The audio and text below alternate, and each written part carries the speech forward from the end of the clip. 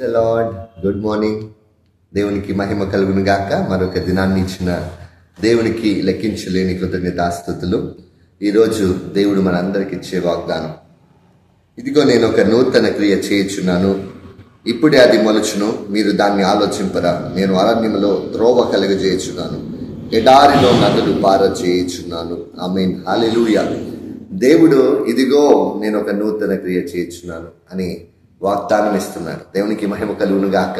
మనం అనుకుంటాం దేవుడైనా ఏదైనా ఒక అద్భుతం చేస్తే బాగుండు, ఆశ్చర్యం చేస్తే బాగుండు అని అనుకుంటుంటాం మన పరిస్థితుల్లో, మన కష్టాల్లో, మన ఇరుకుల్లో మనం వెళ్ళేటప్పుడు. అయితే దేవుడిచ్చే వాగ్దానం చూడండి, నేను అరణ్యములో త్రోవ కలుగజేయుచున్నాను. అరణ్యం అంటే ఎలా ఉంటుందండి?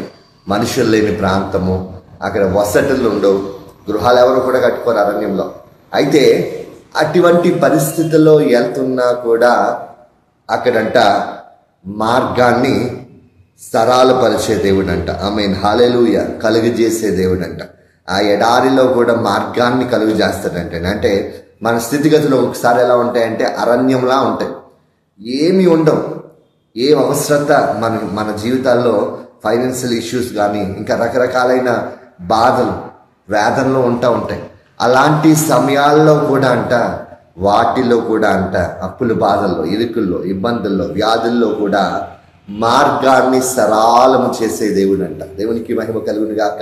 ఇశ్రాయేలు ప్రజల ముందు దేవాతి దేవుడు ఇదే విధంగా అక్కడ వారు ఎర్ర సముద్రం మధ్యన ఉన్నారు, కానీ వారికి మార్గాన్ని సరళము చేశాడు. అసలు ఎర్ర సముద్రం దగ్గర ఎవరు ఊహించరు ఆ ఎర్ర సముద్రము విడిపోతుందని, దాంట్లోంచి మేము నడిచి వెళ్తామని. కానీ దేవుని ఆలోచనలు ఎలా ఉంటాయని, మన ఆలోచనలు ఏంటంటే ఆ ఎర్ర సముద్రం దగ్గర ఆగిపోతామేమో అని మనం అనుకుంటాం.